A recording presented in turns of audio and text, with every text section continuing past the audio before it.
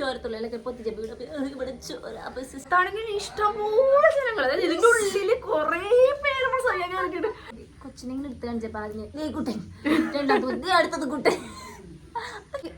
പറ്റല്ലേ അപ്പൊ ഇവളെങ്കിലും ചെയ്തോണ്ടിരിക്കണേ പതുക്കെ ബ്രീത്ത് എടുക്കാൻ പറ്റില്ല, ബ്രീത്ത് എടുക്കാം. അല്ല ഇവിടെ. Hello guys, welcome back to ടീംസിന്റെ പുതിയ വീഡിയോയിലേക്ക് എല്ലാവർക്കും അപ്പം എല്ലാവർക്കും നമ്മുടെ ഒരു പുതിയ വീഡിയോയിലേക്ക് സ്വാഗതം. ഇന്നത്തെ കണ്ടന്റ് എന്താണെന്ന് വെച്ചിട്ടുണ്ടെങ്കിൽ കോണ്ടന്റ് ചേച്ചി പറഞ്ഞ കോണ്ടന്റ് എന്താണെന്ന് വെച്ചിട്ടുണ്ടെങ്കിൽ നമ്മുടെ ഡെലിവറി സ്റ്റോറി എല്ലാ കപ്പിൾസിലും ഓരോതായിട്ടൊക്കെ ഉണ്ടാവും എക്സ്പീരിയൻസ് പറയാനായിട്ട്. പക്ഷെ നമ്മളാണെങ്കിൽ നമ്മുടെ രണ്ടുപേരുടെ എക്സ്പീരിയൻസ് രണ്ട് ചാനലായിട്ട് ഇട്ടിട്ടുണ്ടായിരുന്നു. അപ്പോൾ നമ്മൾ കമ്പയർ ചെയ്യുമ്പോൾ ഭയങ്കര കോമഡിയാണ്. രണ്ടുപേരുടെയും ഒരാളെ സിസേറിയൻ ആണ്, ഒരാളെ നോർമൽ ഡെലിവറി ആണ്. രണ്ട് എക്സ്പീരിയൻസും ഭയങ്കര ഡിഫറെന്റ് ആണ്. പ്രഗ്നൻസി ടൈമിൽ ഉണ്ടായിരുന്നതും ഭയങ്കര ഡിഫറെന്റ് ആണ്. ഞാൻ ഡെയർലി ഡിഫറെന്റ് ആയിരുന്നു. അപ്പോൾ അതിൻ്റെ ഒരു പറയാൻ വേണ്ടിട്ട് രണ്ട് ചേച്ചിമാർ ഒരുമിച്ച് ചെയ്തിട്ട് പറയാൻ വേണ്ടിട്ടുണ്ടായിരുന്നു. അപ്പൊ ഞങ്ങൾ സ്റ്റാർട്ട് ചെയ്യാണ്. ഓക്കെ, അപ്പൊ എന്റേതെന്ന് പറഞ്ഞിട്ടുണ്ടെങ്കിൽ നവംബർ 22-ാം തീയതി ആയിരുന്നു എന്റെ ഡെലിവറി ഡേറ്റ്. ഓഗസ്റ്റ് 12 ചേച്ചി മതി എന്ന് പറഞ്ഞിട്ട് ഓഗസ്റ്റ് 12-ാം തീയതി ആയിരുന്നു കീത്തുട്ടത്, നവംബർ 22-ാം തീയതി ആയിരുന്നു എന്റേത് കേട്ടോ. അപ്പം എന്റെ തെങ്ങെന്ന് വെച്ചിട്ടുണ്ടെങ്കിൽ നവംബർ 28-ാണ് എന്നോട് ഡോക്ടർ നമ്മുടെ ഡെലിവറി എക്സ്പെക്റ്റഡ് ഡേറ്റ് പറഞ്ഞിരുന്നത്. എന്നിട്ട് നമ്മളോട് 25-ാം തീയതി എങ്ങാണ്ട് വന്നിട്ട് അഡ്മിറ്റ് ആവാൻ പറഞ്ഞിട്ടുണ്ടായിരുന്നു. പക്ഷെ ഞാൻ 21-ാം തീയതി രാത്രി പോയിട്ട് 22-ാം തീയതി പ്രസവിച്ചു. കീത്തൊരു ഡേറ്റ് എങ്ങനെ ആയിരുന്നു? എനിക്ക് ഡേറ്റ് ഉണ്ടായിരുന്നില്ല. അതായത് എനിക്ക് വേഗം ഒന്നും പറഞ്ഞിട്ടുണ്ടായിരുന്നു. എല്ലാവർക്കും അറിയാലോ, കിട്ടുപെടുത്തിട്ടുണ്ടാവും എല്ലാവർക്കും നേരത്തെ ഒന്നും പറഞ്ഞിട്ടുണ്ടായിരുന്നു. അപ്പൊ സാധാരണ രണ്ടാഴ്ച കൂടുമ്പോ ഹോസ്പിറ്റലിൽ പോയി സ്കാനിങ് ചെയ്യലാണ്. അതേപോലെ ഓഗസ്റ്റ് 9-ാം തീയതി പോയിട്ട് സ്കാനിങ് ചെയ്യാൻ പോയി. അപ്പൊ തന്നെ പറഞ്ഞു, അപ്പൊ തന്നെ അഡ്മിറ്റ് ആയിട്ട് നാളെ നമുക്ക് സിസേറിയൻ നടത്താന്ന് പറഞ്ഞു.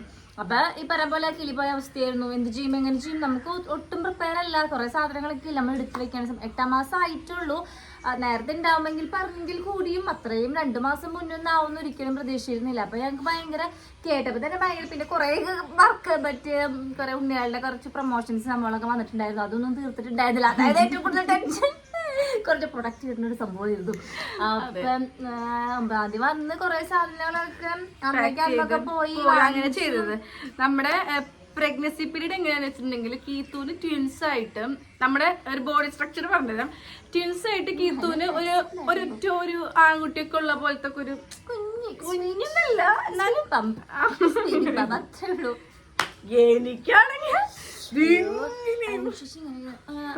പഴയ ഷോർട്സ് ഇങ്ങനെ ആരാരോ കേക്ക് അനുസരിച്ച് ഇങ്ങനെ കേക്ക് ഞാനാണെങ്കിൽ ഇങ്ങനെയൊക്കെ വന്നിരിക്കാൻ ചെയ്യും. എനിക്ക് ഭയങ്കര വലിയ വയറുമായിരുന്നു. മാത്രമല്ല എനിക്ക് 3 മാസം കഴിഞ്ഞപ്പോ തുടങ്ങിയ വയ്യായ്കളാണ്. കാറിൽ നിന്ന് ഇറങ്ങണമെങ്കിൽ ഒരാൾ വന്നിട്ട് കാലെടുത്ത് ഇങ്ങനെ വെച്ചത്, കാലിങ്ങനെ പൊന്തിച്ചൊന്നും വെക്കണം പറ്റില്ലായിരുന്നു. അങ്ങനത്തെ ഭയങ്കര ബുദ്ധിമുട്ടായിരുന്നു. പക്ഷെ കീത്തുനെ സംബന്ധിച്ച് ഒരു 3 മാസം വരെ ഛർദി ഉണ്ടായിരുന്നു. അല്ലേ? ഛർദി ഉണ്ടായിരുന്നു, അത്ര ഉണ്ടായിരുന്നു. എനിക്ക് ഛർദി. പക്ഷെ പാറുവിനെ സംബന്ധിച്ച് കുറച്ചും കൂടെ കൂടുതലായിരുന്നു കാശുണ്ടായിരുന്നു. അപ്പത്തെ ഒരു ഛർദിയുടെ ഒരു സംഭവം എന്ന് പറയുന്നത് വേറെ ശരീരം വേദന. എനിക്ക് എന്താ പറയാ, ഒട്ടും എൻജോയബിൾ ആയിരുന്നില്ല. അതായത് എനിക്ക് എങ്ങനെയെങ്കിലും പ്രസവിച്ചാൽ മതിയേ അങ്ങനെയായിരുന്നു. ഞാൻ ചില സമയങ്ങളിൽ ഇങ്ങനെ കെട്ടുന്നിട്ട് ഇങ്ങനെ മലർന്ന് ഇങ്ങനെ കെടുക്കും. അപ്പൊ വയറുത് ഇങ്ങനെ. അപ്പൊ അയ്യോ എനിക്ക് ശ്വാസം കൂട്ടണം, എനിക്ക് പേടിയാണെന്ന് പറയും. എനിക്ക് ഭയങ്കര വലിയ, അതായത് എനിക്ക് നേരത്തെ കുട്ടികള് നമ്മുടെ അഞ്ചുവിന്റെ ശരീരപ്രകൃതിയും കുറച്ചുകൂടി ഹൈറ്റ് കുറവാണ്. അപ്പൊ പിന്നെ ഓൾറെഡി ഇച്ചിരി കുഞ്ഞു വയറുണ്ടായിരുന്നു. ആദ്യത്തെ പ്രശ്നം കഴിഞ്ഞവർക്ക് എന്തായാലും കുറച്ച് വയറ് നിൽക്കും. പിന്നെ ഹൈറ്റും കുറച്ച് കുറഞ്ഞിട്ടുണ്ടെങ്കിൽ ഭയങ്കരമായിട്ട് പ്രൊജക്ട് ചെയ്ത് നിൽക്കും ആ ഒരു സംഭവം. പക്ഷെ ഇത് പറയുമ്പോൾ തന്നെ കുറെ കമന്റ്സ് വരും, എന്താ ഒരാളെ കണ്ടിട്ട് നിങ്ങൾ കളിയാക്കരുത്. അത് അങ്ങനെ ഒന്നല്ല, ഞങ്ങൾ അങ്ങോട്ടും ഇങ്ങോട്ടും കളിയാക്കും. അത് പക്ഷെ നിങ്ങളെ എന്താ പറയുക വേറെ രീതിക്കും സംസാരിക്കുന്നത് ട്ടോ. ഇപ്പൊ ഞങ്ങൾ അങ്ങനെ പറയണ ആ സമയത്ത് നമുക്ക് എല്ലാവർക്കും വിഷമായിരുന്നു അവളുടെ കാണുമ്പോഴൊക്കെ. ഇപ്പൊ കോമഡിയാണ്. അതാണ് കഴിഞ്ഞപ്പോയ എന്ത് നമുക്ക് ഇപ്പൊ പറയുമ്പോ കോമഡി ആയിരിക്കും. പിന്നെ എനിക്ക് ഇതിന് മുമ്പ് നമ്മുടെ എന്താ പറയാ പെയിനുകൾ വരുമല്ലോ. അപ്പൊ ഇതിന് മുമ്പ് പേരുവിളിയുടെ 2 ദിവസം തലേ ദിവസം എനിക്ക് പറഞ്ഞ പോലെ ഭയങ്കര വേദന, ഒരു പ്രസവ വേദന പോലത്തെ ഒരു വേദന ഒക്കെ വന്നു തുടങ്ങി. എനിക്ക് നിൽക്കാനൊന്നും പറ്റണില്ല. പേരുവിളിയുടെ അന്ന് അപ്പൊ എല്ലാരും ഇങ്ങനെ വിചാരിച്ചിരിക്കുന്നത് നമ്മള് പേരുവിളിയുടെ അന്ന് പ്രസവിക്കാൻ പോവും, കൊണ്ടുപോണ്ടി വരും, അത് കഴിഞ്ഞ് കിട്ടണേ എന്നൊക്കെ പ്രാർത്ഥിച്ചിരുന്ന ഓർമ്മയില്ല നിനക്ക്? എന്നിട്ട് അന്ന് തന്നെ ഹോസ്പിറ്റലിലേക്ക് പോയി. അപ്പൊ കുഴപ്പമില്ല, നീർക്കട്ടോ അങ്ങനെ എന്തോ അടിവയറ്റിൽ ഇങ്ങനെ ഒരു സംഭവം, വേറെ പ്രസവിക്കേണ്ടതായ സംഭവം സുഖപ്രസവം എല്ലാം നോക്കുള്ളൂ, കുറച്ചും കൂടി ആവട്ടെ എന്നുള്ള രീതിയിലും. പിന്നെ എന്തെങ്കിലും ബുദ്ധിമുട്ടുണ്ടെങ്കിൽ അപ്പൊ തന്നെ വരാൻ വേണ്ടിട്ടുണ്ടായിരുന്നു. അതെന്തോ ഇഞ്ചക്ഷൻ അടിച്ചോ? ഇതിനെ സംബന്ധിച്ച് ഭയങ്കര എണ്ണക്കൊക്കെ ആയിരുന്നല്ലോ, രണ്ട് സൈഡിൽ നിന്ന് എനങ്ങുമായിരുന്നല്ലോ. എനിക്ക് അങ്ങനെയുള്ള എനക്കങ്ങൾ ഇങ്ങനെ എനക്കങ്ങൾ ഭയങ്കര കുറവായിരുന്നു. കുഴഞ്ഞു പറയലായിരുന്നു, അതായത് ഇങ്ങനെ പോകും, അങ്ങനെയായിരുന്നു. അതായത് ഒരാള് ചിലപ്പോ എന്തെങ്കിലും ചെയ്യുമ്പോ അടുത്ത ആൾ ഇങ്ങനെ അങ്ങനെ, അപ്പൊ ഞാൻ പെട്ടെന്ന് സ്റ്റക്കം. അതല്ലാതെ സാധാരണ ഉണ്ണികൾ ഇങ്ങനെ ഇങ്ങനെ പക്ഷെ എനിക്ക് എങ്ങനെ വെച്ചിട്ടുണ്ടെങ്കിൽ എനിക്ക് ഫുട്ബോൾ ശരിക്കും നോർമൽ ഒറ്റ കുട്ടി ഉണ്ടാവുമ്പോ കുറച്ചുകൂടി സ്പേസ് ഉണ്ടാവില്ല. ഇതിങ്ങനെ കൂടി നിൽക്കും, ഒരാളാണെങ്കിൽ മറ്റാളും ഇങ്ങനെ നിൽക്കുമല്ലേ, അതേപോലെ ആയിരുന്നു. എനിക്ക് ആ ഒരു സംഭവം ഫീൽ ചെയ്യുന്നത് ഭയങ്കര കുറവായിരുന്നു കേട്ടോ. എനക്ക് ഇങ്ങനെ പിടിച്ച പോലെയായിരുന്നു. പിന്നെ എനിക്ക് ഓക്കെ ആയിരുന്നു, സുഖമായിരുന്നു. 3 മാസം ഛർദി അങ്ങനെയുള്ളൊരു സംഭവം വെച്ചിട്ടുണ്ടെങ്കിൽ നോർമൽ എല്ലാവർക്കും ഉള്ള പോലെ തന്നെ. അല്ലാതെ ഒരു തലകറക്കം അല്ലെങ്കിൽ കാലിലൊക്കെ നീര് വെച്ച് കുറച്ചും കൂടി സാധാരണ ട്വിൻ ബേബീസ് ഉണ്ടാവുമ്പോൾ അതിന്റേതായ ബുദ്ധിമുട്ടുകൾ ഉണ്ടാവും. ഈവൻ വയറില്ലെങ്കിൽ കൂടിയും അതിന്റേതായ കുറച്ച് ബുദ്ധിമുട്ടുകളൊക്കെ ഉണ്ടാവും. പലരുടെ എക്സ്പീരിയൻസ് നമുക്ക് കമന്റ്സിലൂടെ വായിക്കുമ്പോ, പക്ഷെ എനിക്ക് അങ്ങനെ ഒരു കുറവുണ്ടായി. ഇഷ്ടപ്പെട്ട ഫുഡൊക്കെ ഞാൻ നോർമൽ ഉള്ള പോലെ തന്നെ കഴിച്ചിരുന്നു. എനിക്ക് ഛർദി ഒന്നും ഉണ്ടായില്ല, പക്ഷെ ഛർദിനേക്കാൾ ഉപരി ശരീരം ഭയങ്കര ബുദ്ധിമുട്ടായിരുന്നു. അതായത് എനിക്ക് തോന്നുന്നുണ്ട് 7ാം മാസത്തൊക്കെ എനിക്ക് എപ്പോഴും ഡ്രസ്സിന്റെ പ്രൊമോഷൻസ് ഒക്കെ ഞാൻ ചെയ്യുമ്പോൾ എനിക്ക് ഭൂരിഭാഗം ട്വിൻ ബേബി ആണോ എന്ന് വെച്ചുള്ള കമന്റ്സ് ആയിരുന്നു. എനിക്ക് തന്നെ വയറൊരു എന്താ പറയാ. പിന്നെ എനിക്ക് പാറൂന്റെ ഉണ്ടായിരുന്നത് പോലെ അല്ലായിരുന്നു കാശിയുടേത്. അപ്പൊ എനിക്കൊരു അതിനോട് ഇങ്ങനെ സീന മാമൊക്കെ ഇല്ലടാ, മാമൊക്കെ ചോദിക്കുമായിരുന്നു എനിക്ക് എങ്ങനെ ആദ്യത്തെ പോലെയാണോ? ഒരാദ്യത്തെ പോലെയല്ല, വയറും എല്ലാം അതും വ്യത്യാസമായിരുന്നു. അതായത് പെൺകുട്ടിയും ആൺകുട്ടിയും തമ്മിൽ ഡിഫറൻസ് ഉണ്ടാവും എന്ന് പറഞ്ഞത് ശരിയാണെങ്കിൽ എന്റേത് സത്യമായിരിക്കും. അതായത് എനിക്ക് അത്രയും ഡിഫറെന്റ് ആയിരുന്നു. പിന്നെ എൻ്റെ ഒരു ഡെലിവറി സ്റ്റോറി, ഒരു എക്സ്പീരിയൻസ് എങ്ങനെയാന്ന് വെച്ചിട്ടുണ്ടെങ്കിൽ, ഇവിടുന്ന് ഞാനിങ്ങനെ രാത്രി ഇങ്ങനെ കിടക്കുന്ന സമയത്ത് പെട്ടെന്ന് ഒരു 10-11 ആയ സമയത്ത് എനിക്കൊരു വേദന വന്നു. പോയിട്ടില്ല. അതിന് മുമ്പ് ഞാൻ അമ്മയുടെ റൂമിൽ കിടക്കുന്ന സമയത്ത് എനിക്കിങ്ങനെ, അതായത് നമുക്ക് പീരീഡ്സ് വരുമ്പോ വരുന്ന ഒരു വേദന ഇല്ലേ, ആ വേദന ഇങ്ങനെ വരുന്നു, പിന്നെ പോവും, പിന്നെ അത് വരുന്നു. അപ്പൊ എനിക്ക് മനസ്സിലായി എന്ത് ഈ സംഭവം അതിന്റെ വേദനയാന്ന് മനസ്സിലായി. അപ്പൊ എനിക്ക് ഗീത്തിനോട് ഞാൻ പറഞ്ഞു, ഗീത്ത് എനിക്ക് വയറുവേദന എടുക്കുന്നുണ്ട്. അപ്പൊ ഗീത്തോട്, പക്ഷെ എനിക്ക് പേടി, എനിക്ക് ഹോസ്പിറ്റലിൽ പോകണ്ട, എനിക്ക് ഭയങ്കര ടെൻഷൻ. ഇപ്പൊ തലേ ദിവസം എന്ന് വെച്ചിട്ടുണ്ടെങ്കിൽ ഏട്ടൻ വയനാട് പോയിരിക്കായിരുന്നു. വയനാട് അന്ന് പ്രതികുഞ്ചന്റെ കൂടെയും മധുകുഞ്ചന്റെ കൂടെ ഒക്കെ വയനാട് പോയിട്ട് ഏട്ടൻ അന്ന് വെളുപ്പിനങ്ങാണ്ട് എത്തിയുള്ളൂ. ഏട്ടനാണെങ്കിൽ ഭയങ്കര ഉറക്കക്ഷീണമാണ്. അപ്പൊ ഞാൻ എനിക്ക് ഒന്ന് എങ്ങനെയെങ്കിലും ഒന്ന് കഴിഞ്ഞ് കിട്ടണേ എന്നുള്ള രീതിയിൽ മേലേക്ക് കയറി ചെന്ന് കിടന്നപ്പോള് ഈ വേദന കുറച്ച് സ്ട്രോങ് ആയി വരുന്നു. മനസ്സിലായി സംഭവം. പിന്നെ നമ്മൾ ഓൾറെഡി എല്ലാം സെറ്റാക്കി വെച്ചിട്ടുണ്ടായിരുന്നു, എല്ലാം സമയം അടുത്തൊരു ഇതായിരുന്നു, എല്ലാം സെറ്റാക്കി വെച്ചിട്ടുണ്ടായിരുന്നു. അടിക്ക് ഇറങ്ങി വന്നു. ഈ വേദന വരുന്ന സമയത്ത് എനിക്ക് ഇങ്ങനെ പിരിഞ്ഞ് മുറുക്കി കിട്ടലാണ് കേട്ടാ. നിങ്ങൾ വേറെ കാര്യം ആലോചിക്കണം, ഈ വേദന എടുക്കുന്ന സമയത്ത് എന്റെ വ്ളോഗ് എടുത്ത ആള് എന്റെ വ്ളോഗ് എടുത്ത ആള് ഞാൻ. പിന്നെ ആ സമയത്തൊന്നും ഏട്ടനൊക്കെ ഭയങ്കര ടെൻഷൻ ആയിരിക്കുമല്ലോ, ഏട്ടനൊന്നും എടുക്കും. ഞാനിങ്ങനെ എടുക്കുന്നുണ്ട്. പിന്നെന്ന് വെച്ചിട്ട് കേത്തു ചെറുതിനെ പിടിച്ചിട്ട് പിടിക്ക്. അപ്പൊ എനിക്ക് ആ ടൈമിലേക്ക് വേദന ഇല്ല കേട്ടോ. അപ്പൊ ഞാൻ പിടിച്ചു പന്നി പ്രസവേദന എടുക്കുന്ന സമയത്ത് എന്തൊക്കെ കൊണ്ട് തരുന്നേ. അതായത് ഞാൻ എപ്പോഴും അല്ലൂനെ എപ്പോഴും എടുത്തിരിക്കും, ഞാൻ വയറുമ്മ കയറ്റിയിരുത്തും. അപ്പൊ ഞാൻ എങ്ങനെ എടുത്തപ്പോ എനിക്ക് പെട്ടെന്ന് ഭയങ്കര വേദന വന്നു. അപ്പൊ ഞാൻ കീത്തുന് കൊടുത്തു. അന്നാണെങ്കിൽ 2 പേരെയും വെച്ചിട്ട് നിങ്ങൾക്ക് 2 പേർക്ക് ഹാൻഡിൽ ചെയ്യാൻ പറ്റാത്തൊരു ടൈം, വേറെ ഒരാളില്ലാണ്ട് ഹാൻഡിൽ ചെയ്യാൻ പറ്റാത്ത ടൈം. ഇവൾക്കൊക്കെ ടെൻഷൻ എന്തിട്ട് ചെയ്യാ അല്ലേ, അങ്ങനെ ഒരു ടൈം ആയിരുന്നു. ഇപ്പൊ തന്നെ ലീനയുടെ അടുത്തേക്ക് പോണോ പോയിട്ട് ഹോസ്പിറ്റലിലേക്ക് പോയപ്പോ കൊണ്ടുവന്നാക്കി ഇവര്. കാര്യം എന്താന്ന് വെച്ചിട്ടുണ്ടെങ്കിലും എങ്ങനെ കൊണ്ടുപോയി, ആരുടെ കാർ വിളിച്ചിട്ട് കൊണ്ടുവന്നാക്കി. കാരണം ഞാൻ പറഞ്ഞു ഇന്നത്തെ ദിവസം കണ്ട് നാളെ പോവാന്ന് പറഞ്ഞിട്ടുണ്ടെങ്കിൽ ഉണ്ടെങ്കിൽ, അപ്പൊ പിന്നെ നിഖിലിനെയും കൂടെ ആവശ്യം അവിടെ വന്നിട്ടുണ്ടെങ്കിൽ പിന്നെ അത് ബുദ്ധിമുട്ടില്ല. ചേട്ടനും അച്ഛനും മാത്രമായിട്ടുണ്ടെങ്കിൽ അല്ല, അച്ഛനും അപ്പൊ നിഖിലെ കൂടെ പോവാനിരിക്കുകയായിരുന്നു. അപ്പൊ ഞാൻ ഇവിടെ നിന്നിട്ടുണ്ടെങ്കിൽ ശരിയാവില്ല, എന്തെങ്കിലും ആവശ്യത്തിന് പെട്ടെന്ന് പോകേണ്ടി ഒരാളാണെങ്കിൽ എനിക്ക് നോക്കാം, പ്രശ്നമില്ല. അപ്പൊ എന്നെ അവിടെ കൊണ്ടുവന്നാക്കി, വീട്ടിൽ കൊണ്ടുവന്നാക്കിയിട്ട് പിന്നെ 2 പേരും തിരിച്ച് നേരെ അച്ഛനും ചേട്ടനും ഹോസ്പിറ്റലിൽ പോയി. എന്നിട്ട് അന്ന് അവിടെയായിരുന്നു. ഞാൻ നോക്കിയപ്പോ അപ്പുറത്തെ ചേട്ടൻ നല്ല ഉറക്കം, അതായത് ചേട്ടൻ കണ്ണുറക്കാൻ പറ്റില്ല ഈ സംഭവത്തിന്. എനിക്കിങ്ങനെ ഭയങ്കര അപ്പൊ അതിന് അമ്മ എത്തിട്ടാ, എൻ്റെ അമ്മ എത്തി, ഭയങ്കര വേദന വരും. പിന്നെ കുറേ അപ്പൊ അകത്തേക്ക് സിസ്റ്റർമാര് ചെല്ലുമ്പോ പിന്നെ നമുക്കൊരു എക്സ്പീരിയൻസ് ഉണ്ടല്ലോ ഇവിടെ ഇങ്ങനെയൊക്കെയാണ്. അപ്പൊ ഞാൻ അതേ ഡോക്ടർ അതേ ഹോസ്പിറ്റലിൽ, പിന്നെ ഡോക്ടർ ആണെങ്കിൽ നമ്മുടെ ഒരു ഭയങ്കര ഫാനും കൂടിയാണ്.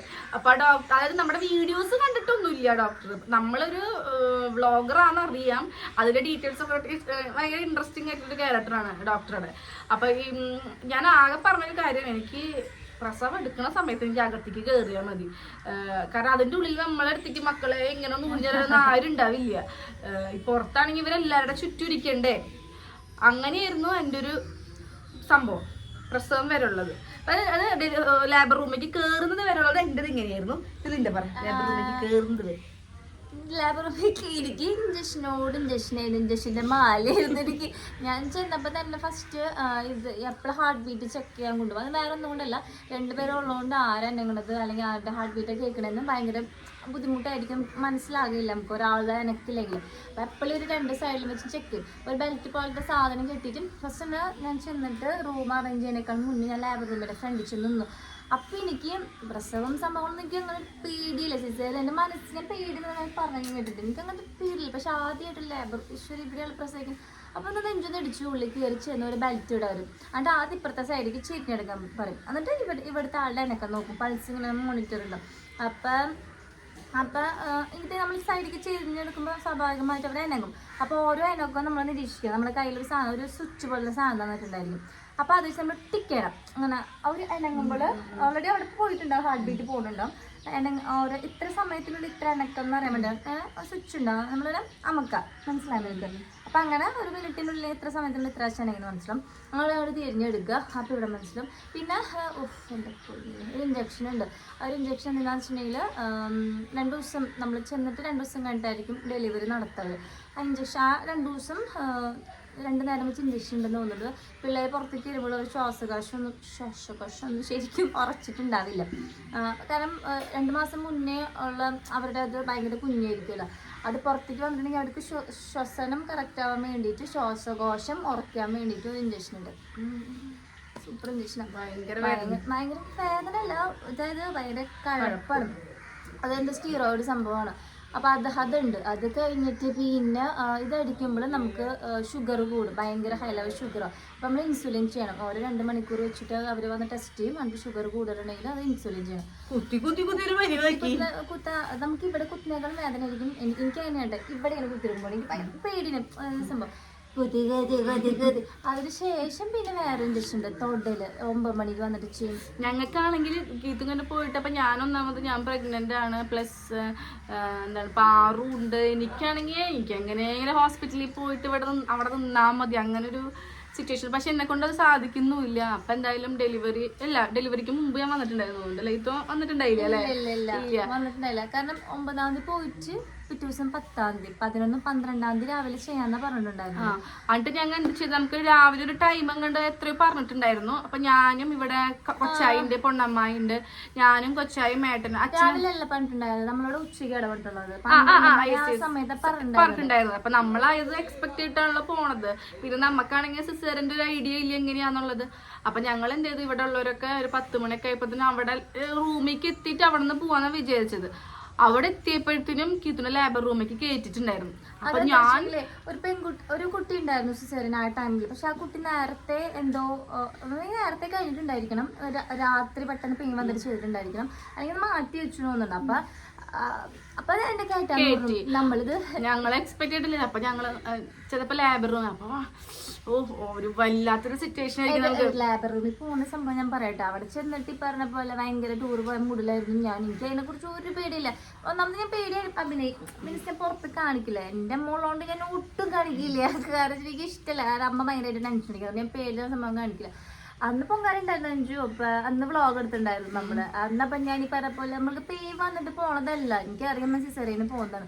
ഞാൻ പുട്ട് കുത്തിയിരുന്നു, കണ്ണെഴുതിയിരുന്നു, ലിപ്സ്റ്റിക് ഇട്ടിട്ടുണ്ടായിരുന്നില്ല, അത് കുറച്ച് ഓവറാവുന്നു വിചാരിച്ചിട്ട് ലിപ്സ്റ്റിക് ഇട്ടിട്ടുണ്ട്. എൻ്റെ ഭാഗത്ത് മുടിയൊക്കെ മുടഞ്ഞിട്ട് ശരിക്കും കുട്ടപ്പിയായിട്ട് ഇങ്ങനെ ഇരിക്കുകയും അപ്പോൾ ഗോൾഡൊക്കെ അയച്ചു വയ്ക്കാൻ പറഞ്ഞു. പാദസര മാലൊക്കെ എപ്പോഴും ഇട്ടിരുന്നു. അത് അമ്മ പറയും ഇട്ടു, ഭയങ്കര ജാതി ആയിരിക്കും. അവിടെ ചെന്നിട്ട് എല്ലാവരും അങ്ങനെ തന്നെ ആയിരിക്കും ചെയ്യാമല്ലോ. അല്ലെങ്കിൽ ഇവിടുന്ന് ഊരിച്ചപ്പോ ഇവിടെ നിന്ന് ഊരിച്ചിട്ടില്ല. നല്ല ലേബർ റൂമിൽ കയറുന്ന ടൈമിൽ എല്ലാരും പിന്നെ ഞാൻ അവിടെ ചെന്നിട്ട് ഓൾറെഡി 2 ദിവസം കൂടി ഉണ്ടായിരുന്നു. അപ്പൊ പിന്നെ ഞാൻ കഴുത്തലൊന്നുമില്ല നടക്കണമെന്ന് വിചാരിച്ചിട്ട് അപ്പൊ അത് ഊരിക്കുന്ന ഒരു ഷോർട്ട് ഉണ്ടായിരുന്നു നമ്മൾ അന്നത്തെ വ്ളോഗിൽ. അപ്പൊ എന്തൊക്കെ പറഞ്ഞു, പണുണ്ടെന്ന് കാണിക്കാൻ, ഗോൾഡ് ഉണ്ടെന്ന് കാണിക്കാൻ വേണ്ടിട്ട് ഊരി വയ്ക്കുന്ന സംഭവങ്ങളൊക്കെ ആയിരുന്നു. അങ്ങനെയായിരുന്നു അവിടെ മീൻസ് ഞങ്ങൾ എന്നിട്ട് പുറത്ത് ഭയങ്കര ടെൻഷൻ ആയിരുന്നു കേട്ടോ. ടെൻഷൻ മീൻസ് നമുക്ക് നോർമൽ ഒരു ഡെലിവറി പോലെ ഇല്ലല്ലോ, ട്വിൻ ബേബി ആണ്, പ്ലസ് നമുക്ക് എത്രയോ മാസം മുമ്പാണ്. പുറത്താണെങ്കിൽ ഇഷ്ടംപോലെ ജനങ്ങൾ, അതായത് ഇതിന്റെ ഉള്ളില് കുറെ പേര് പ്രസവിക്കാൻ കയറിയിട്ട് ഇഷ്ടംപോലെ ആൾക്കാരുണ്ട്. അപ്പൊ ഞങ്ങളൊക്കെ ഇങ്ങനെ ടെൻഷൻ അടിച്ചുകൊണ്ടിരിക്കുകയാണ്. പക്ഷേ ഞങ്ങൾ വന്നൊരു 10 മിനിറ്റ് കഴിഞ്ഞപ്പോഴത്തേനും നിഖിലിനെ വിളിച്ചു. നിഖിലിനെ വിളിച്ചപ്പോ ഞങ്ങൾ എന്താ അങ്ങനെ. അപ്പൊ നിഖിലിങ്ങനെ പുറത്തേക്ക് ഇങ്ങനെ വന്നു. നിഖിലിങ്ങനെ പുറത്തേക്ക് വന്നിട്ട് ബോയ് ബേബീസ് ആന്ന് പറഞ്ഞു. അപ്പൊ എന്ത് ക്ലിയർ ആണല്ലോ, ബോയ് ബേബീസ് ആണ്. എനിക്ക് ഏറ്റവും കൂടുതൽ സന്തോഷം അമ്മയ്ക്ക. അപ്പൊ ഇത് പ്രസവിച്ചിട്ടാ അങ്ങോട്ടില്ല എല്ലാരും വിളിച്ച് പറയാൻ തുടങ്ങി. ആ സമയത്താണെങ്കിൽ അച്ഛൻ എത്തിയിട്ടുണ്ടായിരുന്നില്ല. നമുക്ക് ഇവിടെ നിന്ന് തൊട്ട് NICU കയറുന്നത്, ഇവിടെ ലേബർ റൂം ആണെങ്കിൽ ഇവിടെയാണ് NICU. ഈ ഒരു ഡിസ്റ്റൻസ് ഉണ്ട്. അപ്പൊ നമ്മൾ പോണ വഴിക്ക് നമുക്ക് ഏട്ടനാണെങ്കിൽ എന്തോ വെച്ചാൽ അടിയിലും പോയിരുന്നു. നമുക്ക് എല്ലാവർക്കും കാണിച്ചു തന്നു. അപ്പോഴാണെങ്കിൽ ഇത്രയും ഫേസുകൾ ഇങ്ങനെ ചീർത്ത മുഖമായിട്ടിരിക്കുന്ന, മുഖം ഇങ്ങനെ ചീർപ്പുണ്ടാവുമല്ലോ, ഓക്കെ ബേബീസ് ആണ്. പക്ഷെ അപ്പോഴാണെങ്കിലും നിഖില് ഹാപ്പി അല്ല. നിഖിലിങ്ങനെ ഭയങ്കര മൂഡ് ഔട്ടായിട്ട് ഇങ്ങനെ നിൽക്കുന്നത് കേട്ടോ. അപ്പൊ ഞാനങ്ങനെ വിചാരിച്ചു എന്തത് നമ്മളെല്ലാവരും ഹാപ്പി ആയിട്ടിരിക്കുമ്പോ. അപ്പൊ ഞാനും കുഞ്ഞാവൻ നിഖിലിനോട് ചോദിച്ചു, നിഖിൽ എന്താ നിങ്ങൾ ഹാപ്പി അല്ലേ, എന്തിങ്ങനെ ഇതായിട്ടിരിക്കുന്നത്? അപ്പൊ അവന്റെ ആക്ച്വലി ടെൻഷനാണ്. അതായത് ഉണ്ണിയെ പ്രസവിച്ച് ഇപ്പുറത്തേക്ക് കൊണ്ടുപോയിട്ടുള്ളൂ, അവരുടെ കണ്ടീഷൻ എങ്ങനെ ഓക്കെയാന്ന് പറഞ്ഞിട്ടുണ്ടെങ്കിൽ ബാക്കി അറിയത്തില്ല. പിന്നെയാണെങ്കിൽ ഇവൻ തുണിയൊന്നും ഇല്ലാതെ കൊച്ചുകളെ കണ്ടേ തോന്നുന്നുണ്ടല്ലേ. അപ്പൊ കാണുമ്പോഴല്ലോ ഞാനൊരു ചോദിച്ചൊരു സംഭവം, അപ്പൊ കാണുമ്പോ നമുക്കൊന്നും പിള്ളേർ ഭയങ്കര ക്ഷീടാന്ന് നമുക്ക് മനസ്സിലാവില്ല, ചീർത്തിട്ട് തന്നെ ഇരിക്കുകയായിരുന്നു. പിന്നെ അവർ പറഞ്ഞിട്ടുണ്ടായിരുന്നു ഇവര് ഭയങ്കര വെയിറ്റ് കുറവ്, അപ്പൊ തന്നെ എല്ലാ ഡീറ്റെയിൽസും കൊടുക്കും. വെയിറ്റ് കുറവായതുകൊണ്ട് മിനിമം ഇവര് റിക്കവർ ആവണ വരെ ഇത്ര ദിവസം, പ്ലസ് ഇവർക്ക് എന്തോ ഷുഗർ കണ്ടന്റ് കുറവാണ്. അപ്പൊ നമ്മള് ഇതിലുണ്ട് എല്ലാവർക്കും നമ്മൾ പറഞ്ഞു കൊടുക്കും. അപ്പൊ നമ്മള് പ്രസവിച്ച സമയത്ത് നമ്മൾ കൊച്ചുങ്ങളെ കൊണ്ടുപോയിട്ട് ഇങ്ങനെയൊക്കെ ചെയ്യും, ശ്വാസത്തിന് സംഭവം വെക്കണം, കാലിന്റെ പാദത്തിലൊരു സാധനം കണക്ട് ചെയ്തിട്ട് വെക്കണം. അപ്പൊ ഭയങ്കര ബുദ്ധിമുട്ടല്ലേ. പിന്നെ എന്നെ കുറിച്ച് ഒന്നും പറഞ്ഞൂല, ഞാൻ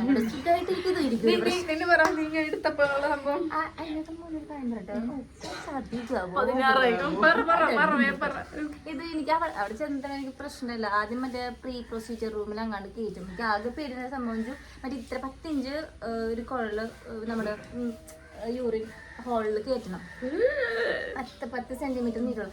അതായിരുന്നു എന്നെ സംബന്ധിച്ചിടത്തോളം ഏറ്റവും വലിയ ടാസ്ക്. അപ്പൊ ഒരു ശ്വാസം ഇങ്ങനെ വലിക്കാൻ പറയും. ആ സമയത്ത് ഹോള് വികസിക്കും, അപ്പം വേണം. പക്ഷെ എനിക്ക് പറ്റില്ല. എനിക്കപ്പം ആ സമയത്താണ് ഞാൻ വിചാരിച്ചത് ഇത് വേണ്ടായിരുന്നു, പ്രസവിക്കണ്ടായിരുന്നു ദൈവമേ. അതെനിക്ക് പറ്റുന്നില്ല ചെയ്യാനായിട്ട്. അത് ഇങ്ങനെ താഴ്ത്തണം അവർക്കിടാ ഹോളിൽ കൂടെ. താഴ്ത്തണം 1-2 പ്രാവശ്യം ചെയ്തിട്ടും എനിക്കപ്പോ ടെൻഷനായി. ഇതിപ്പോ ഇങ്ങനെയാണെങ്കിൽ അവിടെ ചെന്നിട്ട് എങ്ങനെയായിരിക്കും വിചാരിച്ചു അങ്ങനെ താഴ്ത്തി. അപ്പൊ എനിക്ക് ഭയങ്കര വിഷമമായി. എനിക്ക് പേടി അവിടെ ഇട്ടാ. അപ്പൊ നോക്കിയപ്പോ അവസാനമായിട്ട് അവരെന്നോട് യാത്ര പറയുന്നത്. അപ്പൊ ഞാനിങ്ങനെ അപ്പൊ ഞാൻ ഇങ്ങനെ കാണിച്ചു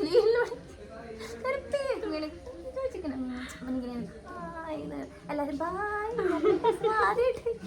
ബായ്. അപ്പൊ ശരി ഭയങ്കര ടെൻഷനായി. കാരണം അതിൻ്റെ ഉള്ളിൽ ചെന്നും പിന്നെ കെടുത്തി.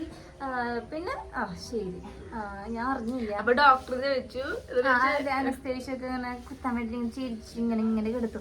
അപ്പൊ ഞാൻ പറയാം എന്നോട് ഭർത്താവ് എന്തെങ്കിലും ചെയ്തിട്ടാണെങ്കിൽ എനിക്ക് ഭയങ്കര പേടിയായിരിക്കുന്നത്. അപ്പൊ സിസ്റ്റർമാരൊക്കെ നമുക്കറിയാം മീൻസ് നമ്മുടെ വീഡിയോസ് ഒക്കെ കാണും സിസ്റ്റർമാർ.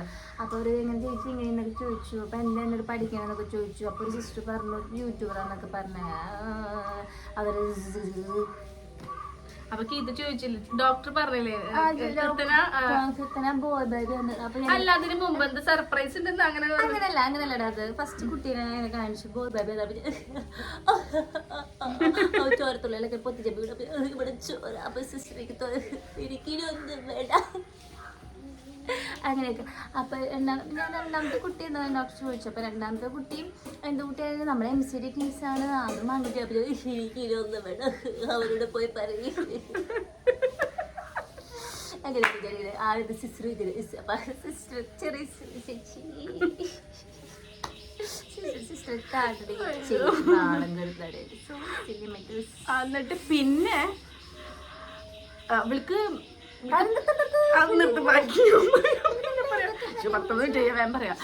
അപ്പൊ ഞാൻ എൻ്റെ ലേബർ റൂമിൽ കയറി. എൻ്റെ പക്ഷം പാറൂസിൻ്റെ എനിക്ക് ഭയങ്കര സിമ്പിളായിരുന്നു. സിമ്പിൾ മീൻസ് അങ്ങനെയല്ല, സമയം വളരെ പെട്ടെന്ന് ഞാൻ പ്രസവിച്ചു.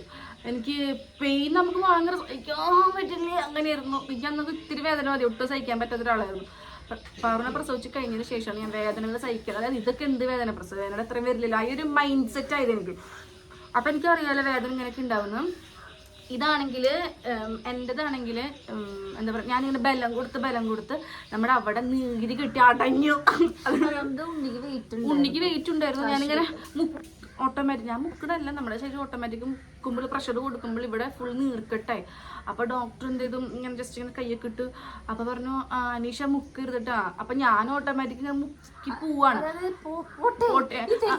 അതായത് നമ്മൾ മുക്കുന്നില്ല കിട്ടു, നമ്മളെ സീരിയസ്ലി അങ്ങനെ വേദന ഇല്ലടി. നമുക്ക് ശരിക്കും ഈ ലൂസ് മോഷനൊക്കെ വരില്ലേ, ലൂസ് മോഷനൊക്കെ വരുന്ന സമയത്തും നമ്മുടെ ശരീരം അറിയാണ്ട് ഇങ്ങനെ പ്രഷർ, അത് ശരീരം വിറച്ചു പോകുന്ന സിറ്റുവേഷൻ മനസ്സിലായി നിങ്ങൾക്ക്. ആ സാധനം വരും. അപ്പോൾ എനിക്ക് വെച്ചിട്ടുണ്ടെങ്കിൽ അപ്പോൾ ഡോക്ടർ പറഞ്ഞു മയക്കിക്ക് എടുത്തിക്കോളാൻ പറഞ്ഞു. അതായത് എനിക്ക് ബോധ മനസ്സിൽ ഞാനിങ്ങനെ പ്രഷർ കൊടുക്കണം. അപ്പോൾ മയക്കിക്ക് എടുത്തിക്കോളാൻ പറഞ്ഞു. അപ്പോൾ ഞാനാണെങ്കിൽ കൂർക്കം വലിച്ചിട്ട് ഞങ്ങൾ വലിക്കുന്നത് പിന്നെ വേദന വരും. അപ്പോൾ എനിക്ക് അമ്മേനെ കാണണം. അപ്പോൾ സിസ്റ്റർമാരോട് പറഞ്ഞു അത് നമുക്ക് അമ്മേനെ വരുത്താം, അമ്മക്ക് അതൊന്നും പ്രശ്നമില്ലല്ലോ, അമ്മേനെ കാണണം. അപ്പം അമ്മ വന്നപ്പോൾ പണ്ട് പാറുനെ പ്രസവിച്ച് കിട്ടുന്ന സമയത്ത് അമ്മേനെ കാണുന്നത് വാശി പിടിച്ചപ്പോൾ ഈ പ്രസവ വേദനയിൽ അമ്മ പോട്ടെ മോളെ പോട്ടെ ഈ വേദന കൂടെ എടുക്കല്ലേ, ആ ഒരു ഓർമ്മ അമ്മയ്ക്ക് ഉണ്ടായിരുന്നു തോന്നുന്നു കിട്ടും. അപ്പം അമ്മ പോട്ടെ അന്നൊന്നും ടച്ച് ചെയ്തില്ല പോട്ടെ എന്നൊക്കെ പറഞ്ഞു. പക്ഷെ എനിക്ക് അമ്മേനെ കണ്ടൊരു ഓർമ്മ തന്നെ, ഞാൻ ഉറക്കത്തിലല്ലേ അങ്ങനെ. പിന്നെ എൻ്റെ ബോധം വന്നു. പിന്നെ ഡോക്ടർക്ക് ടെൻഷൻ വേറെ ഒന്നുമല്ല, ഉണ്ണി വരുന്നില്ല, അതായത് അവിടെ നീരിങ്ങനെ കെട്ടി നിൽക്കുകയാണ്. പിന്നെ എനിക്ക് വേറൊരു സംഭവിച്ചല്ലേ, നമ്മളിങ്ങനെ മുക്കുമ്പോൾ നമ്മുടെ ഇതിന് പോവോ, അവർക്ക് സിസ്റ്റർമാർക്ക് അതൊരു ഇതാവില്ലേ, അതൊരു അങ്ങനെ ഒരു വേറെ കഴിക്കില്ല. എന്നാലും നമുക്ക് വരുന്നൊരു സംഭവം, നമുക്ക് ടോയ്ലറ്റിൽ പോകേണ്ട ഒരു ടെൻഡൻസിയാണ് വരിക. അപ്പൊ ഞാൻ നോക്കുമ്പോഴല്ലോ മുക്കിയിട്ട് തിരിച്ചെടുക്കാൻ ബ്രീത്ത് കിട്ടണത് എനിക്ക് ഇത്രയായിട്ട്. പിന്നെ ഇങ്ങോട്ട് എടുക്കാൻ ബ്രീത്ത് കിട്ടണം നമുക്ക്. അപ്പൊ ഞാൻ പറഞ്ഞു മുക്കാൻ വരും. അപ്പൊ ഡോക്ടർ പറഞ്ഞു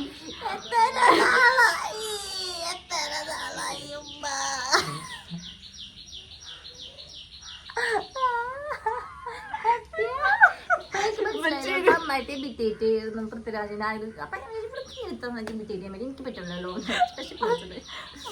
മുക്കിങ്ങനെ വളഞ്ഞിരുന്നത്. അപ്പൊ ഡോക്ടറിന് പൊക്കോട്ടെ അങ്ങനെ. അപ്പൊ ഡോക്ടറും നേരെ കിട്ടി. ഡോക്ടർ ഞാനിപ്പോ മരിച്ചു പോകും. അപ്പൊ ഡോക്ടർ കൈമ ഒരു അടിച്ചു തന്നെ. ഡോക്ടർ പറഞ്ഞു എന്താ പറയണ നീ എന്തിപ്പോ തന്നെ പറഞ്ഞത്. അപ്പൊ ഡോക്ടർ നീ എന്തിപ്പോ തന്നെ പറഞ്ഞു, ഞാനതിന് മറുപടി കൊടുക്കാൻ നിൽക്കല്ലേ, എന്താ ഇപ്പൊ പറഞ്ഞ ഒന്നും പറയാൻ പാടില്ല, ദൈവത്തെ വിളിച്ചിരിക്കും. അങ്ങനെ നമ്മുടെ നേരെ ഓപ്പോസിറ്റ് കൊടുങ്ങല്ലൂർ അമ്മയുടെ ഒരു ദേവിയുടെ പടം ഉണ്ട്. അത് ഞാൻ ഫസ്റ്റ് പാറുനെ പ്രസവിച്ചപ്പോൾ അത് അവിടെ ഉണ്ട്. പക്ഷെ ഞാൻ പാറുനെ പ്രസവിച്ചെടുത്ത് കഴിഞ്ഞതിന് ശേഷമാണ് അവിടെ കാണുന്നത്. ഞാൻ പറഞ്ഞ പടം ഉണ്ടല്ലോ, ഞാൻ അബോർഷൻ ചെയ്യുമ്പോഴത്തെ ഞാൻ കണ്ടു ലെഫ്റ്റ് സൈഡില്. അത് നോക്കിയിട്ട് ഞാൻ ഇങ്ങനെ നിന്നു.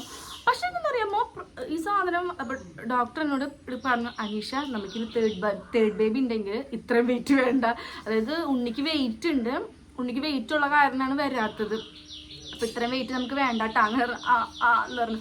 അപ്പൊ ഇങ്ങനെ നേരെ കിട്ടുന്നത്. പക്ഷെ ഇതിങ്ങനെ വികസിച്ചപ്പോഴത്തേനും എന്താ പറയാ അപ്പൊ തന്നെ ആയി, മനസ്സിലായി എനിക്ക്. പെട്ടെന്ന് മുക്ക് വേണം മാക്സിമം പ്രഷർ സിനിമയിലൊക്കെ കാണുന്ന പോലെ തന്നെ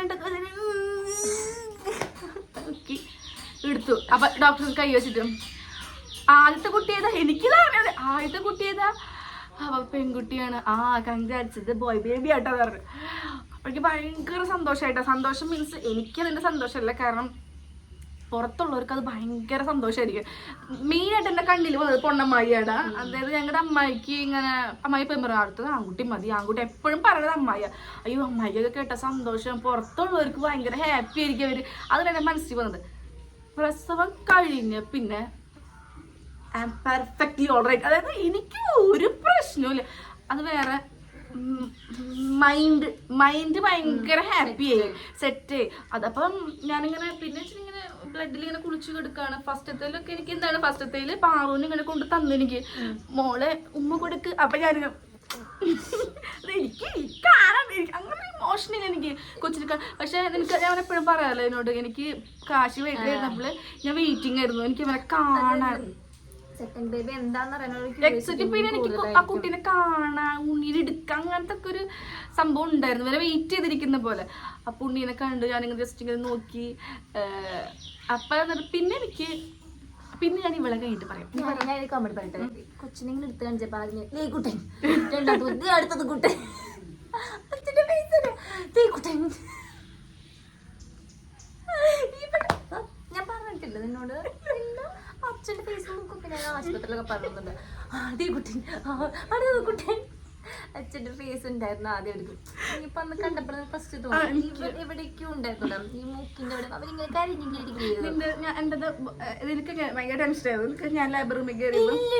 എനിക്ക് ടെൻഷൻ അടിക്കാൻ സമയം ഉണ്ടായില്ല. ഞാൻ വീട്ടിൽ പോയി ഭയങ്കര ബിസി ആയിരുന്നു. ഞാൻ രാവിലെ നൈറ്റ് ഡ്യൂട്ടി കഴിഞ്ഞ് കഴിഞ്ഞപ്പോഴേക്കും നിങ്ങളെല്ലാം വിളിച്ച് പോയി ബേബി എന്ന്. അപ്പൊ അമ്മ പോയി ബേബി പോയി ബേബി അടുത്തത് പോയി ബേബി എന്തിനാവട്ടെ. അപ്പൊ അമ്മ ഇങ്ങനെ എന്തെല്ലാം ആവട്ടെ അവൾക്കൊരാമുത്തിന്റെ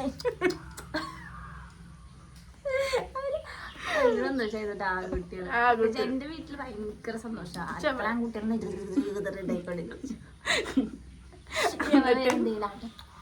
അവൾക്ക് അപ്പൊ അമ്മ മീൻകൂട്ടാതൊക്കെ എന്തെങ്കിലും ആവട്ടെ. അവളത് അമ്മ രണ്ടും ശരിയായിരിക്കണോ കാരണന്മാരൊക്കെ കീത്തുവിന്റെ പ്രസവം കഴിഞ്ഞതിന് ശേഷം അത് ഒരു കോമഡി കൂടി പറഞ്ഞിട്ട് 30 മിനിറ്റ് തലേ ദിവസം വന്നു. ചെറിയ സിസ്റ്റർമാരൊക്കെ ഭയങ്കര കമ്പനി ചെയ്തിട്ടോ. അപ്പൊ ഇനിമേ എന്ന് തരാനിട്ട് നമ്മള് ബാക്കിലാണ് കത്തിക്കുക. എല്ലാവർക്കും അറിയാലോ, സ്ത്രീകൾക്ക് അറിയാലോ. അപ്പൊ എനിക്ക് ഒരു ഐഡിയയില്ല. സംഭവം വയറൊക്കെ എഴുതാന്ന് പറയുന്നത് എനിക്ക് എന്താന്ന് എങ്ങനെയാന്ന് എനിക്കറിയില്ല. അതിനെ കുറിച്ച് ചിന്തിച്ചിട്ടില്ല. ഇവളപ്പൊ ദേവിക സിസ്റ്റർ കൂടി ദേവി അപ്പൊ എനിക്ക് എടുത്തി സംഭവം വെച്ചു. ഇതവിടെ തുള്ളി പോയപ്പോഴേ എനിക്ക് ഭയങ്കര പോയി. ഞാൻ ഇവിടെ മാറണ്ടി ചവിട്ടിട്ട് നേരെ മാത്രമേ പോയി. അമ്മ ഇവരൊക്കെ പുറത്തുണ്ടായിരുന്നു ഈ സമയം. എനിക്ക് വെച്ചാൽ നമുക്ക് കൺട്രോൾ ചെയ്യാൻ പറ്റില്ല. അപ്പൊ നമ്മളെ ബുദ്ധിമുട്ടാണ്. ഇപ്പൊ പോകും സിസ്റ്റർ പിടിച്ചേക്ക് പ്രഷർ ചെയ്ത് പിടിച്ചേക്കുന്ന ഡോക്ടർ. അതല്ല അത് എക്സ്പീരിയൻസ് ആയത് ഒറ്റടിക്ക് അങ്ങോട്ട് എനിക്കറിയില്ല. എനിക്ക് കുറച്ച് ഇട്ടപ്പോഴേക്കും എനിക്ക് പറ്റില്ല. അപ്പൊ ഇവിടെ ഇങ്ങനെ ചെയ്തോണ്ടിരിക്കണേ പതുക്കെ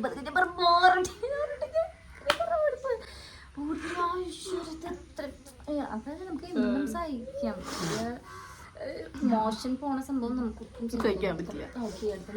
അതായത് ഇവളെ പ്രസവം കഴിഞ്ഞിട്ട്, അതായത് പ്രസവം കഴിഞ്ഞ് കയറ്റിയപ്പോ തന്നെ റൂമിൽ കയറ്റിയ തന്നെ കീത്തുന് ബ്രീത്ത് എടുക്കാൻ പറ്റില്ല. ബ്രീത്ത് എടുക്ക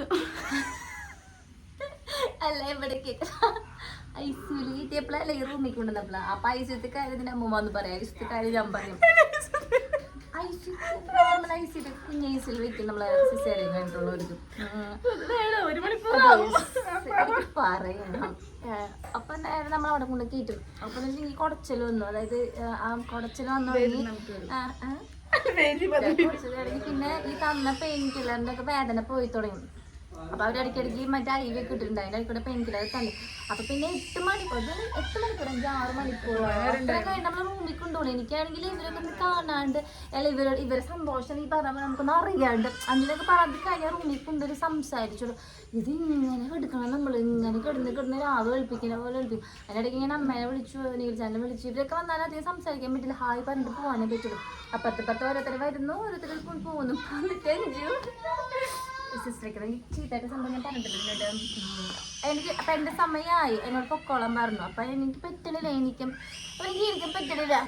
നേരെ ചീത്തല്ല, നേരെ എനിക്കാനും പറ്റില്ല. സൈഡ് തന്നെ. അപ്പം ഇവർ പറഞ്ഞു ചേച്ചി ഇപ്പം വേദന സഹിച്ചേ പറ്റും, സൈഡ് എനിക്ക് പറ്റണില്ല. അപ്പം എന്താ ഇവരെന്നെ എടുത്തു.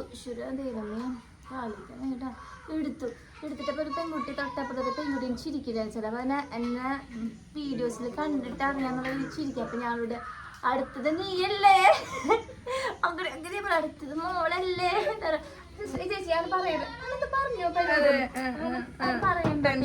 ടെൻഷൻ കൊടുക്കരുത്.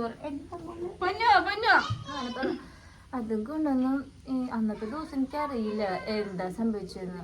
അന്നത്തെ ദിവസം പിന്നെ കുഴപ്പമുണ്ടായില്ല. അതായത് അന്ന് വന്നു കീത്തുവിന് സംസാരിക്കാൻ പറ്റില്ല. അതായത് അവൾക്ക് ഗ്യാസ് ഇങ്ങനെ വരുന്നു. അപ്പൊ ബ്രീത്ത് അപ്പൊ ലീനാണെങ്കിൽ മോളെ സംസാരിക്കില്ല. അപ്പൊ എന്റെ അടുത്ത് അഞ്ചു സംസാരിക്കില്ല, അവളെ കൊണ്ട് സംസാരിപ്പിക്കില്ല. എനിക്കാണെങ്കിൽ അറിയേണ്ടത് കീത്തുവിന്റെ കുറെ എക്സ്പീരിയൻസ് പറയാനും വീർപ്പൊട്ടിക്കണം. ചുമ വന്നിട്ടുണ്ടെങ്കിൽ ഗ്യാസ് പറ്റണില്ല. ഇങ്ങനെയല്ലേ അപ്പൊ ലീന ഇങ്ങനെ അഞ്ചു സംസാരിക്കല്ലേ, കീത്തിനോട് സംസാരിക്കണം.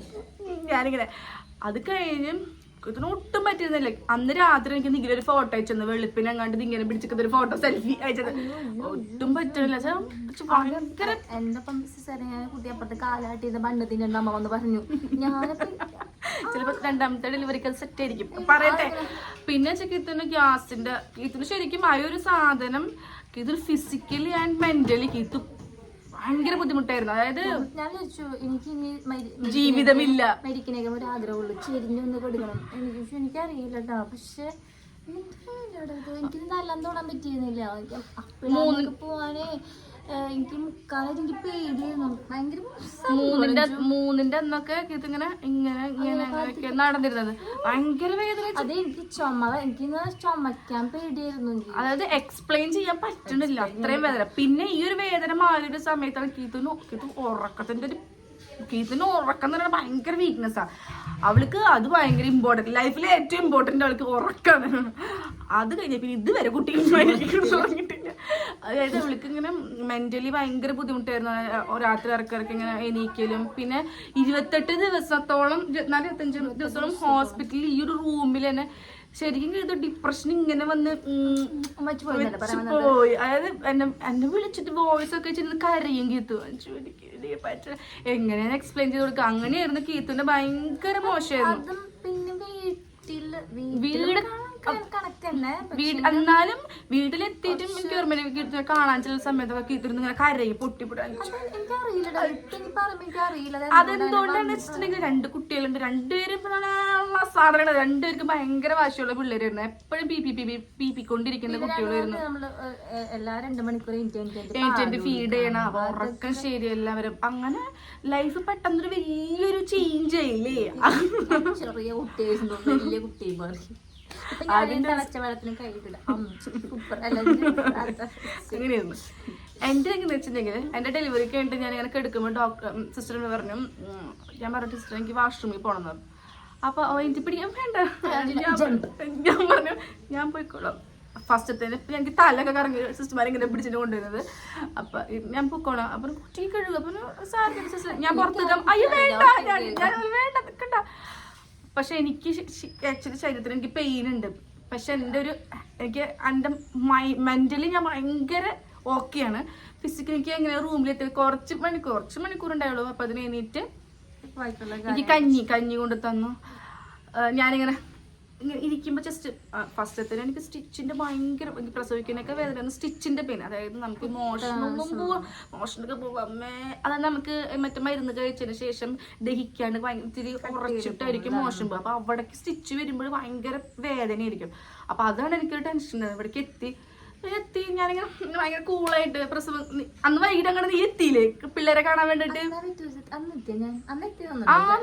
കൊച്ചിനെ കാണാനായിട്ട്. എന്നിട്ട് പിറ്റേ ഞാൻ അമ്മ ഷാനിക്കോ ചെയ്യുന്നുണ്ട്, മോളെ ഇങ്ങനെ നീ ഇരിക്കരുത്, പ്രസവിച്ച പെണ്ണിങ്ങനെ ആക്റ്റീവ് ആയിട്ടിരിക്കരുത്,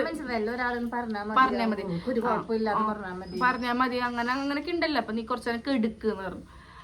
പ്രസവിച്ച്, അതായത് ഞാൻ പറഞ്ഞുതരാം ഏറ്റവും രസം, പ്രസവിച്ച് ഞാൻ റൂമിലേക്ക് എത്തിയിട്ട് 1 മണിക്കൂറിനുള്ളിൽ ഞാൻ യൂട്യൂബിൽ എൻ്റെ വ്ളോഗ് ഇട്ടു. ഡബ് ചെയ്ത് ഞാൻ വ്ളോഗ് ഇട്ടു. ഞാൻ ഡബ് ചെയ്യുമ്പോൾ ഭയങ്കര ആക്റ്റീവ്. പക്ഷെ അന്നെ സൗണ്ടിനൊക്കെ എന്തോ വ്യത്യാസം ഉണ്ടായിരുന്നു. അതെല്ലാരും പറഞ്ഞു കീത്തുന്നു ഡബ് ചെയ്തത് അങ്ങനെയൊക്കെ പറഞ്ഞായിരുന്നു എന്നോട്. മനസ്സിലായോ? പക്ഷെ വേറൊരു ഡിഫറൻസ് എന്ന് വെച്ചിട്ടുണ്ടെങ്കിൽ ഫസ്റ്റത്തേന് ഏട്ടൻ്റെ ഭയങ്കര ടെൻഷനായിരുന്നു. അതായത് എന്താ പറയാ ഐശ്വര്യ ഭയങ്കര ടെൻഷനും കരച്ചിലും പിടിച്ചിലൊക്കെ ആയിരുന്നു. രണ്ടാമത്തെ ഏട്ടൻ ഭയങ്കര സിമ്പിൾ ആയിരുന്നു. ഇത്ര എല്ലാവരും പറയും ഇപ്പൊ. അപ്പൊ ഏട്ടൻ ഇങ്ങനെ പ്രെഡിക്റ്റ് ചെയ്യും, ഇല്ലില്ല അമ്മ ഇതൊരു 10 മണിയാവും എന്തായാലും.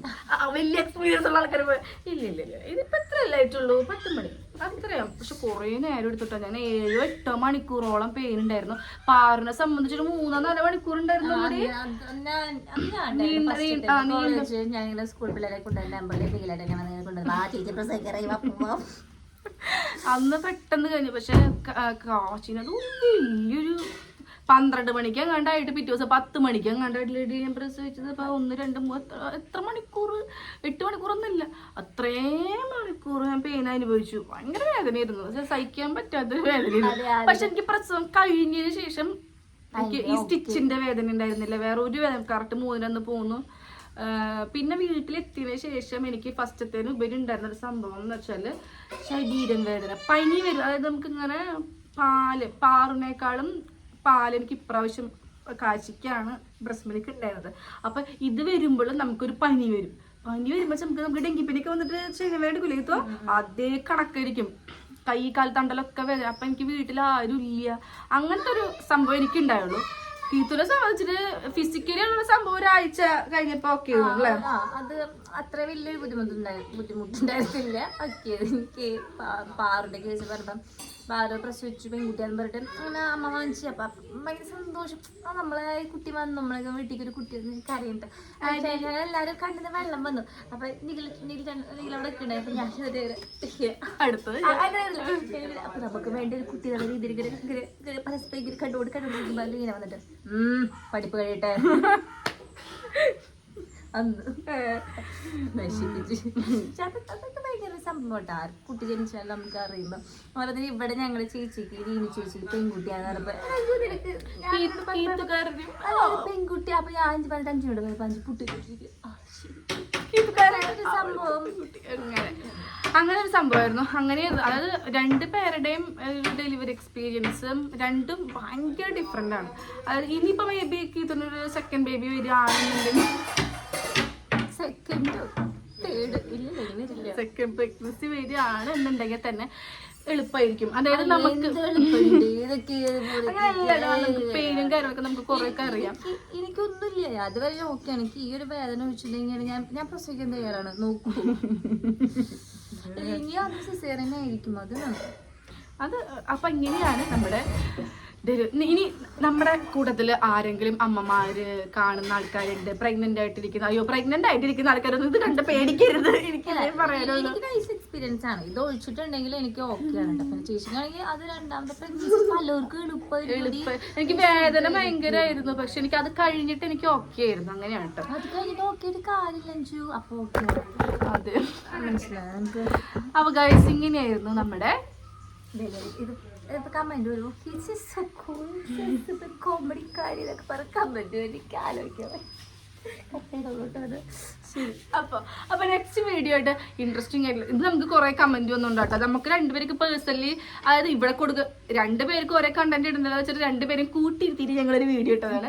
അപ്പൊ നിങ്ങൾക്ക് എല്ലാവർക്കും നമ്മുടെ വീഡിയോ ഇഷ്ടമായിട്ട് വിചാരിക്കും. ഇഷ്ടമായിട്ടുണ്ടെങ്കിൽ പറയൂ, ലൈക്ക് ചെയ്യുക, ഷെയർ ചെയ്യുക, സബ്സ്ക്രൈബ് ചെയ്യുക.